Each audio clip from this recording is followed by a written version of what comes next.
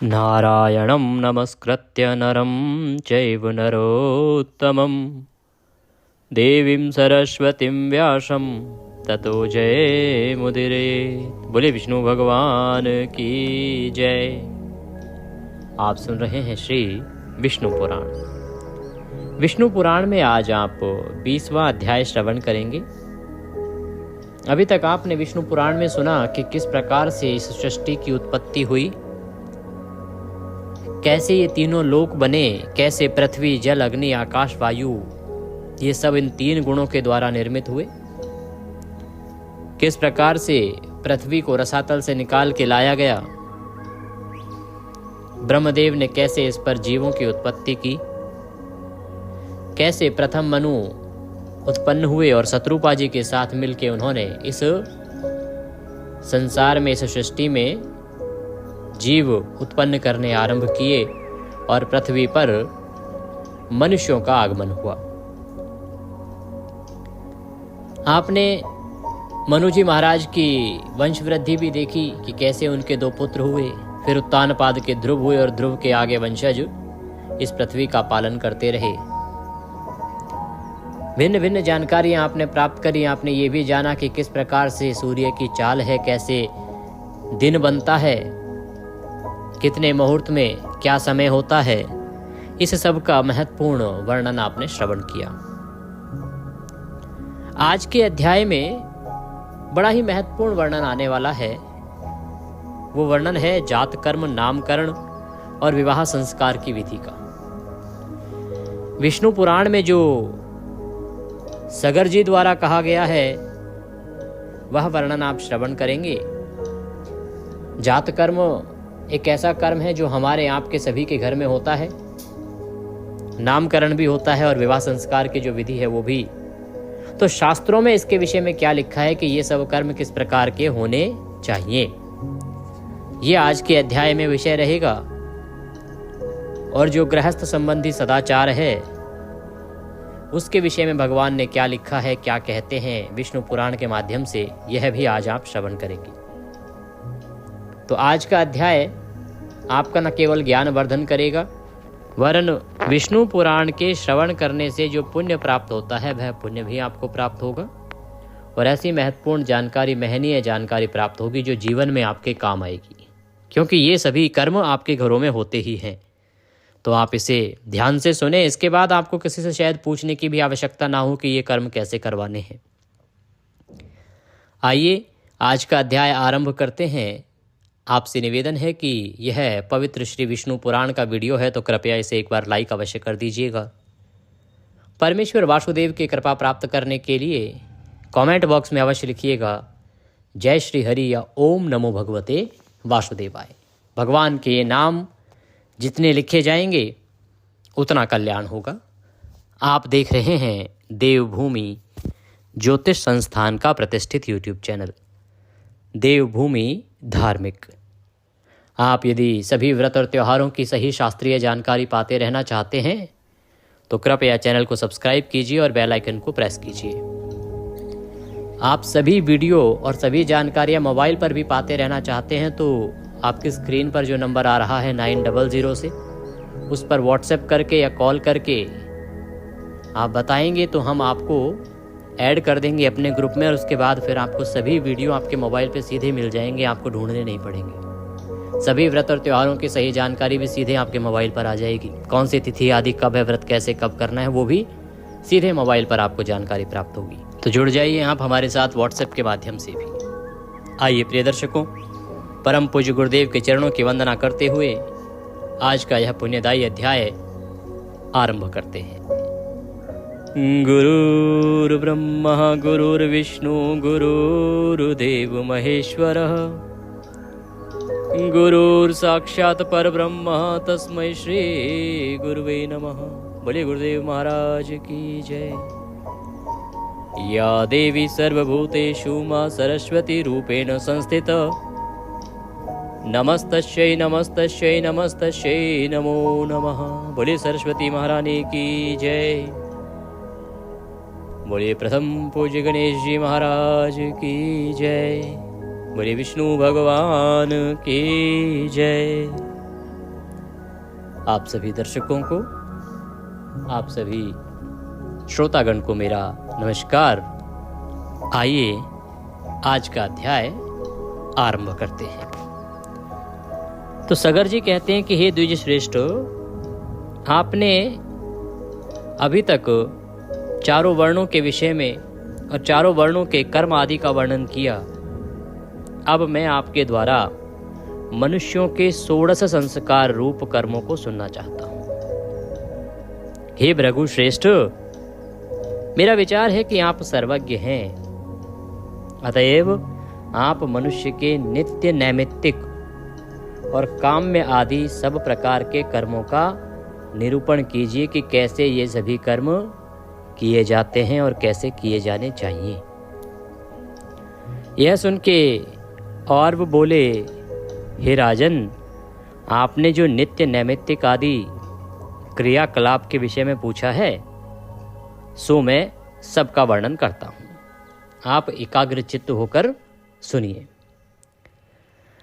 पुत्र के उत्पन्न होने पर पिता को चाहिए कि उसके जात कर्म आदि सकल क्रियाकांड और आभ्योदिक श्राद्ध कर्म करे। हे नरेश्वर, पूर्वाभिमुख बिठाकर युग्म ब्राह्मणों को भोजन करावे तथा द्विजातियों के व्यवहार के अनुसार देव और पितृपक्ष की तृप्ति के लिए श्राद्ध करे। और हे राजन, प्रसन्नता पूर्वक दैवतीर्थ अंगुलियों के लिए अग्रभाग द्वारा नांदी मुख पितृगण को दही और बदरी फल मिलाकर बनाए हुए पिंड दें, अथवा प्रजापात्य तीर्थ अर्थात कनिष्ठिका के मूल द्वारा संपूर्ण उपचार द्रव्यों का दान करे। इसी प्रकार कन्या अथवा पुत्रों के विवाह आदि समस्त वृद्धि कालों में भी करे। तो कहते हैं कि जब पुत्र आदि उत्पन्न होता है तो मनुष्य को ये सभी कर्म करने चाहिए।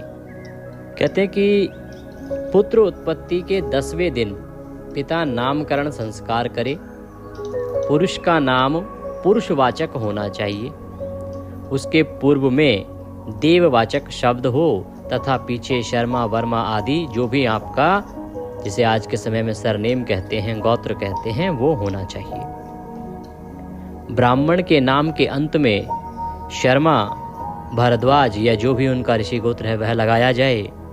क्षत्रिय के अंत में जो भी उनका ऋषि गोत्र है वह लगाया जाए तथा वैश्य तथा शूद्र के नाम अंत में क्रमशः जो भी उनके गोत्र आदि हों वो प्रयोग होने चाहिए। नाम अर्थहीन, अविहित और अपशब्द युक्त, अमांगलिक और निंदनीय नहीं होना चाहिए। उसके अक्षर समान होने चाहिए। ये नाम के विषय में वर्णन आ रहा है कि नाम किस प्रकार का होना चाहिए बालक का। नाम जो भी रखें वो अर्थहीन ना हो, अर्थात ऐसा रखें जिसका कोई अर्थ बनता हो, जिसका कोई अर्थ निकलता हो। अपशब्दों का प्रयोग ना हो उसमें, और अमंगल का प्रयोग ना हो और निंदनीय ना हो। अति दीर्घ, अति लघु अथवा कठिन अक्षरों से युक्त नाम ना रखें। ना तो बहुत छोटा सा रखें, ना बहुत बड़ा रखें, और ना ही ऐसा रखें जिसके अक्षर जो हैं बहुत कठिन हो। कहते हैं जो सुख पूर्वक उच्चारण किया जा सके और जिसके पीछे के वर्ण लघु हों, ऐसे नाम का व्यवहार करना चाहिए, अर्थात ऐसा नाम रखना चाहिए जो आराम से बोला जा सके और जिसके पीछे जो वर्ण हैं वो छोटे हों। तदंतर उपनयन संस्कार हो जाने के बाद गुरु गृह में रहकर विधि पूर्वक विद्या अध्ययन करना चाहिए। हे भूपाल, फिर विद्या अध्ययन कर चुकने पर गुरु को दक्षिणा देकर यदि गृहस्थ आश्रम में प्रवेश करने की इच्छा हो तो विवाह कर लें। यह दृढ़ संकल्प पूर्वक नैष्ठिक ब्रह्मचर्य ग्रहण करके गुरु अथवा गुरुपुत्रों की सेवा शुश्रूषा करता रहे अथवा अपनी इच्छा अनुसार वानप्रस्थ या संन्यास ग्रहण कर ले। हे राजन, पहले जैसा संकल्प किया है वैसा ही करना चाहिए। कहते हैं कि यदि विवाह करना हो तो अपने से तृतीयांश अवस्था वाली कन्या से विवाह करें। जिसके जन्म से ही अधिक या न्यून अंग हो, जो अपवित्र रोमयुक्त अकुलीना अथवा रोगिणी हो, उस स्त्री से पानी ग्रहण न करें।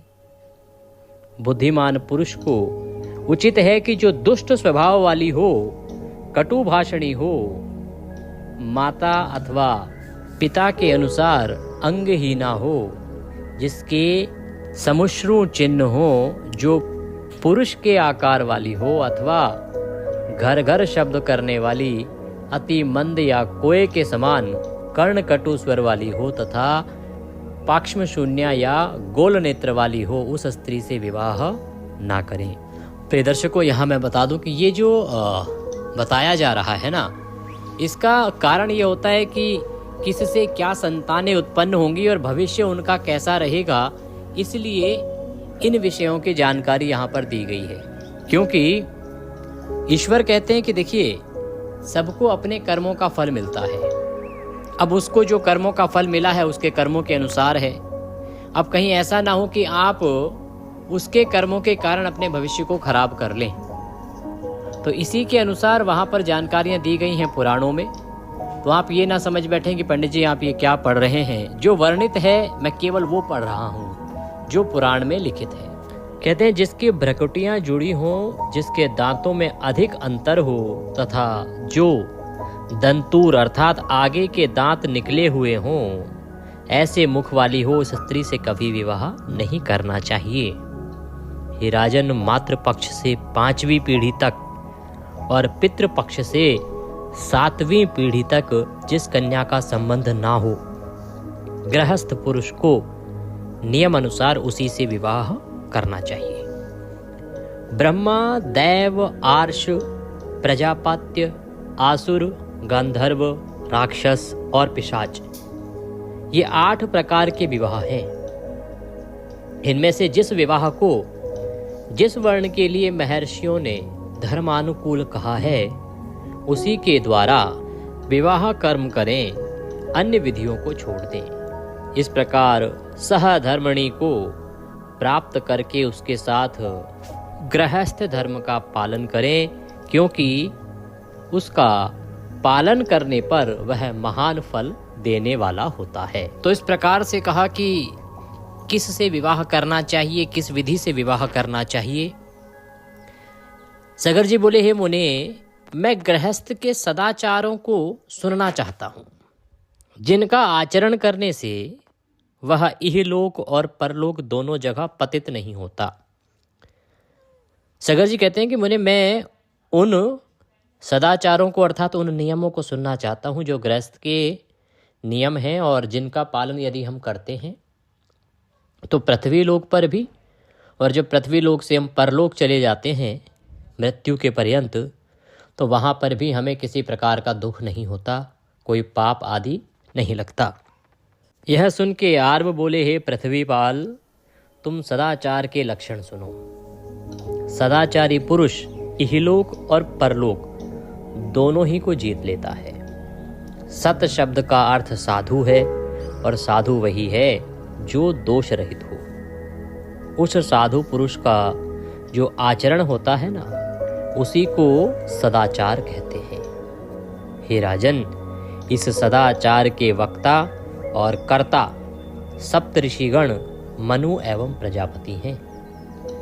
हे नृप, बुद्धिमान पुरुष स्वस्थ चित्त से ब्रह्म मुहूर्त में जगकर अपने धर्म और धर्माविरोधी अर्थ का चिंतन करें, तथा जिसमें धर्म और अर्थ की क्षति न हो, ऐसे काम का भी चिंतन करें। इस प्रकार दृष्ट और अदृष्ट अनिष्ट की निवृत्ति के लिए धर्म, अर्थ और काम, इस त्रिवर्ग के प्रति समान भाव रखना चाहिए।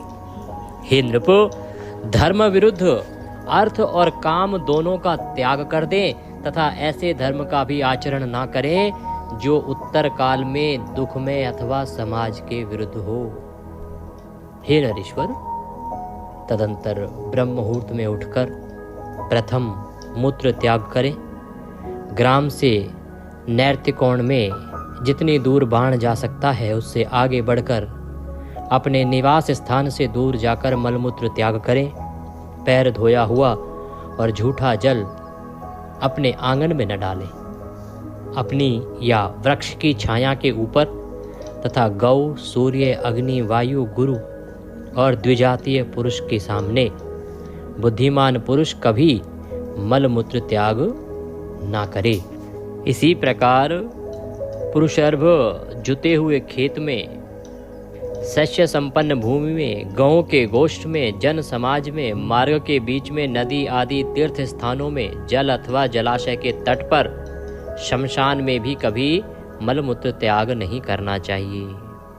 देखिए, आज के समय में तो जो शहरीकरण हो गया है और ग्रामीण क्षेत्रों में भी जो अभी हमारी सरकार है उसने शौचालय बनवा दिए हैं, तो अभी तो विधि बदल ही गई है। लेकिन प्राचीन समय में जब लोग यह त्याग करने के लिए बाहर जाया करते थे, उस समय इन नियमों का पालन विशेष रूप से करना अनिवार्य हो जाता था। कहते हैं, राजन, कोई विशेष आपत्ति ना हो तो प्राज्ञ पुरुष को चाहिए कि दिन के समय उत्तर मुख और रात्रि के समय दक्षिण मुख होकर मूत्र त्याग करें। कहते हैं, राजन, मृत्तिका आदि लगाकर जल डालकर चरण शुद्धि करें और चरण शुद्धि करने के अनंतर फिर पैर धोकर 3 बार कुल्ला करें और 2 बार मुख धोवें। तत्पश्चात जल लेकर शिरोदेश में स्थित इंद्रिय, रंध्र, मूर्धा, बाहु, नाभि और हृदय को स्पर्श करें। फिर भली प्रकार स्नान करने के अनंतर केश संवारें और दर्पण, अंजन तथा दुर्वा आदि मांगलिक द्रव्यों का यथाविधि व्यवहार करें। तदंतर हे पृथ्वीपते, अपने वर्ण धर्म के अनुसार आजीविका के लिए धन उपार्जन करें और श्रद्धा पूर्वक यज्ञ अनुष्ठान करें। कि सुबह के कर्म बता दिए कि क्या करना है, फिर आपका जो भी धन उपार्जन के लिए कर्म है, आपका जो भी वर्ण है, जो आप व्यवसाय करते हैं, आज के अनुसार कहें तो, या जो नौकरी आदि करते हैं, उन सब कामों को अपना कीजिए और जितना हो सके श्रद्धा पूर्वक यज्ञ अनुष्ठान करें। सोम संध्या, हवि संध्या और पाक संध्या, इन सब धर्म कर्मों का आधार धन ही है। अतः मनुष्य को धन उपार्जन का यत्न करना चाहिए। कहते हैं कि जो भी हम संध्या कर्म आदि करते हैं, पूजा पाठ करते हैं, होम हवन करते हैं, ये सब धन के बिना तो नहीं हो सकते।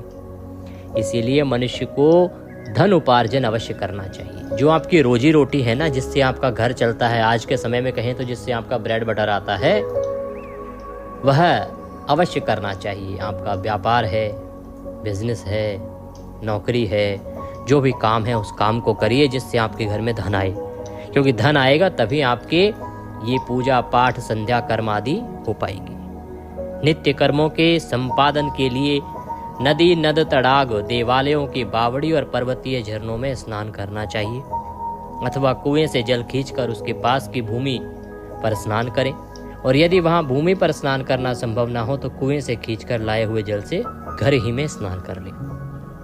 स्नान करने के अनंतर शुद्ध वस्त्र धारण कर देवता, ऋषिगण, पितृगण का उन्हीं के तीर्थों से तर्पण करें। देवता और ऋषियों के तर्पण के लिए 3-3 बार तथा प्रजापति के लिए 1 बार जल छोड़ें। हे पृथ्वीपते, पितृगण और पितामहों की प्रसन्नता के लिए 3 बार जल छोड़ें तथा इसी प्रकार प्रपितामहों को भी संतुष्ट करें एवं मातामह अर्थात नाना और उनके पिता तथा उनके पिता को भी सावधानी पूर्वक पितृ तीर्थ से जलदान करें। अब काम्य तर्पण का वर्णन करता हूँ, वो श्रवण करो। यह जल माता के लिए हो, यह प्रमाता के लिए हो, यह वृद्धा प्रमाता के लिए हो, यह गुरु पत्नी को, यह गुरु को, यह मामा को, यह प्रिय मित्र को तथा यह राजा को प्राप्त हो। हे राजन, यह जपता हुआ समस्त भूतों के हित के लिए देव आदि तर्पण करके अपनी इच्छा अनुसार अभिलषित संबंधी के लिए जलदान करें। देव आदि तर्पण के समय इस प्रकार कहें: देव, असुर, यक्ष, नाग, गंधर्व, राक्षस, पिशाच, गुहाद, सिद्ध, कुष्मांड, पशु, पक्षी, जलचर, स्थलचर और वायु, भक्षक आदि सभी प्रकार के जीव मेरे दिए हुए इस जल से तृप्त हों। इसके विषय में मैंने पहले भी आपको बताया है कि जो हम तर्पण करते हैं, जल देते हैं, ये केवल अपने पितरों के लिए ही सीमित ना रखें, क्योंकि हमसे इसकी कामना अनेकों जीव रख सकते हैं। अभी तक मनुष्य क्या गलती करता आया है कि वो केवल अपने स्वजनों का ही श्राद्ध कर्म करता है, अर्थात हमारे जो अपने संबंधी हैं, पिता हैं, माता हैं, दादा हैं, दादी हैं, परदादा हैं, परदादी हैं, इन्हीं का श्राद्ध हम करते हैं। ध्यान देने की आवश्यकता यह है कि यदि आपके घर में किसी प्रकार का कोई जानवर था और वह मृत्यु को प्राप्त हो गया है, तो वह भी आपसे तृप्ति की कामना रख सकता है, वह जीव भी आपसे मुक्ति की कामना रख सकता है। अगर किसी कारण से उसका जीव मुक्त नहीं हुआ है, वो भटक रहा है, तो वह आप ही से आशा लगाएगा, और ये आप ही का दायित्व भी बनता है कि आप उसका तर्पण करें, उसको जल दें, उसको तृप्त करें तथा उसकी मुक्ति का मार्ग प्रशस्त करें। ये मनुष्य का दायित्व है, क्योंकि उसका संबंध आपसे था। वो बेजुबान था, पर मनुष्य का ये कर्तव्य है, यदि आपके पास कोई भी ऐसा जीव था, चाहे पशु था, पक्षी था, कोई भी जानवर था जो आपके यहाँ पालतू था, या दुधारू गाय भैंस आदि, आपको उनके निमित्त भी कम से कम अमावस्या के दिन एक बार 1 लोटा जल तर्पण अवश्य करना चाहिए। मनुष्य के संकटों के अनेकों कारण होते हैं प्रिय दर्शकों। पुराण ये कहते हैं, यहां भी वर्णन आ रहा है कि आपने जल तर्पण केवल अपने पूर्वजों के लिए नहीं, आपसे न जाने कौन कौन उस तृप्ति की कामना करता हो। इसीलिए सदा मैं जब गीता के 7वें अध्याय का संकल्प करवाता हूं, तो आपको बोलता हूं कि आप संकल्प में यह वर्णित करें कि जो भी कोई आत्मा मुझसे तृप्ति की कामना रखती है, मुक्ति की कामना रखती है, मैं उन सभी आत्माओं के लिए ये जल अर्पित कर रहा हूं। गलती केवल लोग ये करते हैं कि अपने पिता का नाम, माता का नाम या स्वजनों का नाम लेके उनको तर्पण कर देते हैं, पर आपको जल तर्पण बाकी जीवों के लिए भी करना चाहिए। अगर आप ऐसा करते हैं तो इससे आपका मार्ग प्रशस्त होता है। जब आप किसी ऐसी जीवात्मा के लिए जल तर्पण करते हैं, उससे परमात्मा प्रसन्न होते हैं, और परमात्मा प्रसन्न होते हैं तो आपके मार्ग में आने वाली बाधाएं दूर होती हैं। तो चाहे इसको पुराण की बात समझे कि ये विष्णु पुराण में वर्णित है, चाहे ये समझें कि भाई पंडित जी ने बताया था, कम से कम अमावस्या के दिन 1 लोटा जल लेके आपको अवश्य ही तर्पण करना चाहिए सभी के लिए। और गीता के 7वें अध्याय को सुन के उसका पुण्य यदि आप अर्पित कर देंगे तो जीवात्माएं मुक्त हो जाएंगी। वो जीवात्माएं मुक्त हो जाएंगी, आपको अनंत आशीर्वाद देंगी, और उनके आशीर्वाद से फिर आपके जीवन में संकट नहीं आएगा। तो कहते हैं कि इस प्रकार से तर्पण करें, जो प्राणी संपूर्ण नरकों में नाना प्रकार की यातनाएं भोग रहे हैं, उनकी तृप्ति के लिए मैं यह जल दान करता हूँ। जो मेरे बंधु अथवा अबंधु हैं तथा जो अन्य जन्मों में मेरे बंधु थे, एवं और भी जो मुझसे जल की इच्छा रखने वाले हैं, वे सब मेरे दिए हुए इस जल से परितृप्त हों। क्षुधा और तृष्णा से व्याकुल जीव कहीं भी क्यों न हो, मेरा दिया हुआ जल तिलोदक उनको तृप्ति प्रदान करे। हे नृप, इस प्रकार मैंने तुमसे यह सब काम्य तर्पण का निरूपण किया, जिसके करने से मनुष्य सकल संसार को तृप्त कर देता है, और हे अनघ, इससे उसे जगत की तृप्ति से होने वाला पुण्य प्राप्त होता है। इस प्रकार उपरोक्त जीवों को श्रद्धापूर्वक काम्य जल दान करने के अनंतर आचमन करें और फिर सूर्य देव को जलांजलि दें। उस समय इस प्रकार कहें, भगवान विवस्वान को नमस्कार है, जो वेद वेद्य और विष्णु के तेज स्वरूप हैं तथा जगत को उत्पन्न करने वाले अति पवित्र एवं कर्मों के साक्षी हैं। तदंतर जलाभिषेक और पुष्प तथा धूप आदि निवेदन करता हुआ ग्रह देव और इष्ट देव का पूजन करें। हे नृप, फिर अपूर्व अग्निहोत्र करें, जिसमें पहले ब्रह्मा को, तदंतर क्रमशः प्रजापति, गुह, कश्यप और अनुमति को आदर पूर्वक आहुतियां दें। उससे बचे हुए हव्य को पृथ्वी और मेघ के उद्देश्य से उदक पात्र में धाता और विधाता के उद्देश्य से द्वार के दोनों ओर तथा ब्रह्मा के उद्देश्य से घर के मध्य में छोड़ दें। अब मैं आपको आतिथ्य सत्कार के विषय में बताता हूँ। कहते हैं कि इन सभी कर्मों को करने के बाद फिर आप गौ पूजन आदि करके अतिथि ग्रहण करने के लिए घर के आंगन में रहें। देखें कि कोई अतिथि तो नहीं आ रहा है। यदि अतिथि आ जाए तो उसका स्वागत आदि तथा आसन देकर और चरण धोकर सत्कार करें। इसे ध्यान से सुनिएगा प्रिय दर्शकों, यहाँ आपको अतिथि का मतलब भी समझ आएगा कि हमें किसका सत्कार करना चाहिए और आज हम क्या कर रहे हैं उसमें अंतर भी समझ आएगा। कहते हैं कि उसका आदर सत्कार करना चाहिए, उसको बिठाना चाहिए, फिर श्रद्धा पूर्वक भोजन कराना चाहिए। भोजन आदि कराकर मधुर वाणी से उससे प्रश्नोत्तर करें, क्या वो चाहते हैं, कहाँ से आए हैं, कहाँ जा रहे हैं, और उसके जाने के समय पीछे पीछे जाकर उसको प्रसन्नता पूर्वक छोड़ के आए। कहते हैं जिसके कुल और नाम का कोई पता ना हो तथा अन्य देश से आया हो उसी अतिथि का सत्कार करें। समझिए यहाँ पे अतिथि कौन? जो ना आपका संबंधी है, ना आपको जानता है, ना आप उसे जानते हैं। राहगीर जिसे हम कहते हैं ना, कोई बेचारा दूसरे देश से आया है, दूसरे शहर से आया है, तो ऐसे व्यक्ति को आप जब सम्मान देंगे, भोजन आदि कराएंगे, सत्कार करेंगे तो उसका फल है। अब जो आपका सगा संबंधी है वो तो आपका कर्तव्य बन गया ना। कहते हैं अपने ही गांव में रहने वाले पुरुष की अतिथि रूप से पूजा नहीं करनी चाहिए। अपने ही गांव में रहने वाले पुरुष की अतिथि रूप से पूजा करना उचित नहीं है। जिसके पास कोई सामग्री ना हो, जिससे कोई संबंध ना हो, जिसके कुलशील का कोई पता ना हो और जो भोजन करना चाहता हो, और उस अतिथि का सत्कार किए बिना भोजन करने से मनुष्य अधोगति को प्राप्त होता है। यदि ऐसा कोई आ जाए तो उसको पहले भोजन कराओ, फिर स्वयं ग्रहण करो।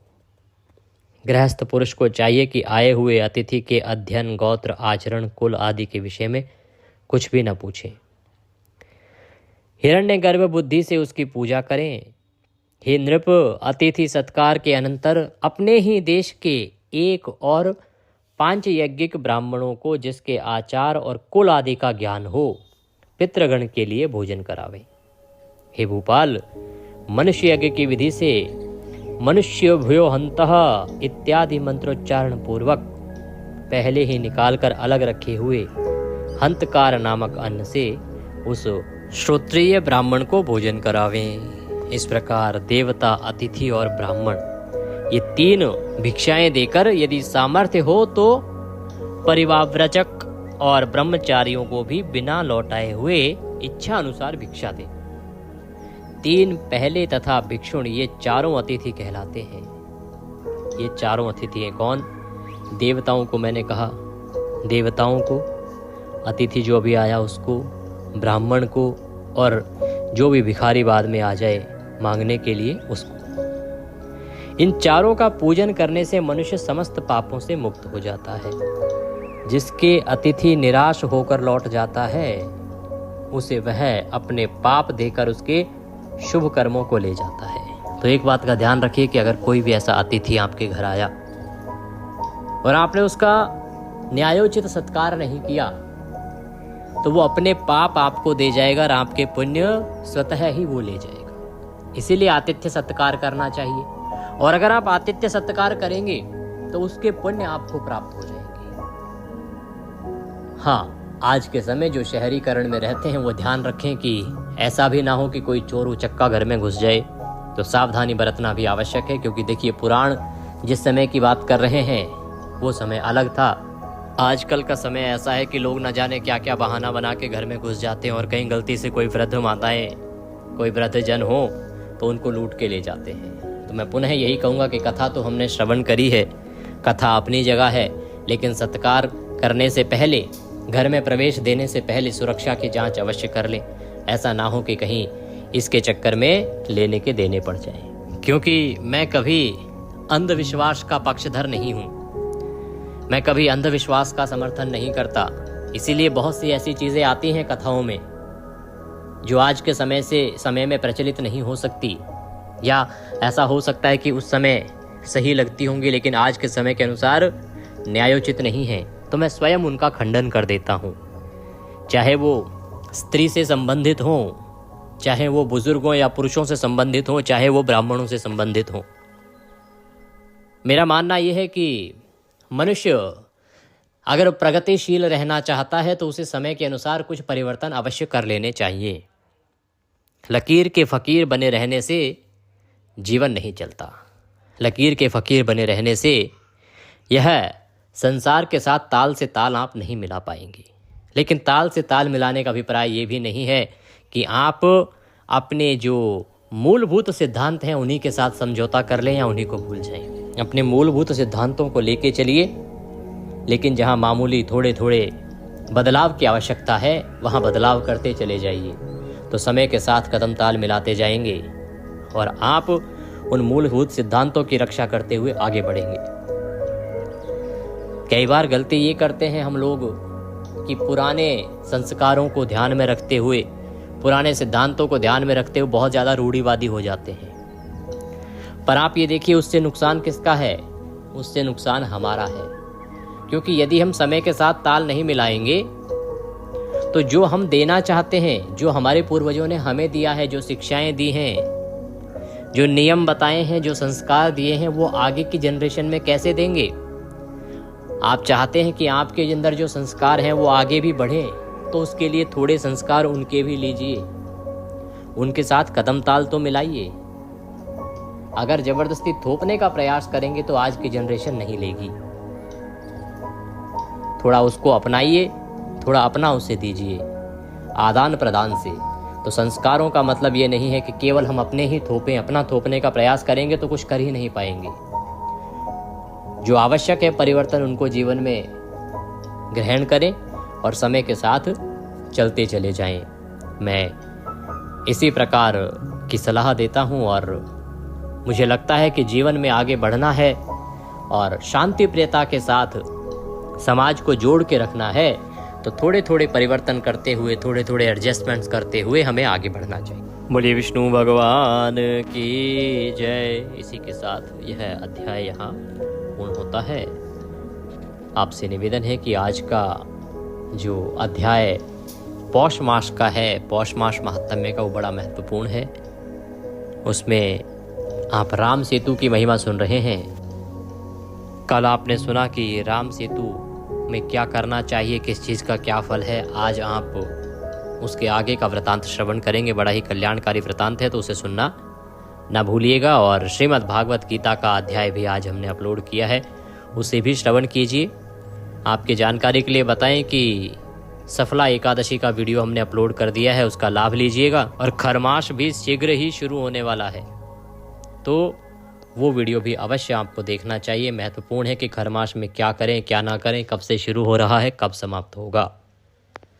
और सकट चौथ की जानकारी तो मैं पहले ही आपको बता चुका हूं, तो उस वीडियो को भी देख लीजिएगा। कुछ और पूछना चाहें, कहना चाहें तो कमेंट बॉक्स में लिख के पूछ सकते हैं। दक्षिणा आदि कुछ भेजना चाहें पाठ के निमित्त तो स्क्रीन पर नंबर आ रहा है 900 से, उस पर भेज सकते हैं, या जो QR कोड साथ में दिया है उसको स्कैन करके भी सीधा हमारे बैंक खाते में भेज सकते हैं। भगवान नारायण सब पर कृपा करें। हरे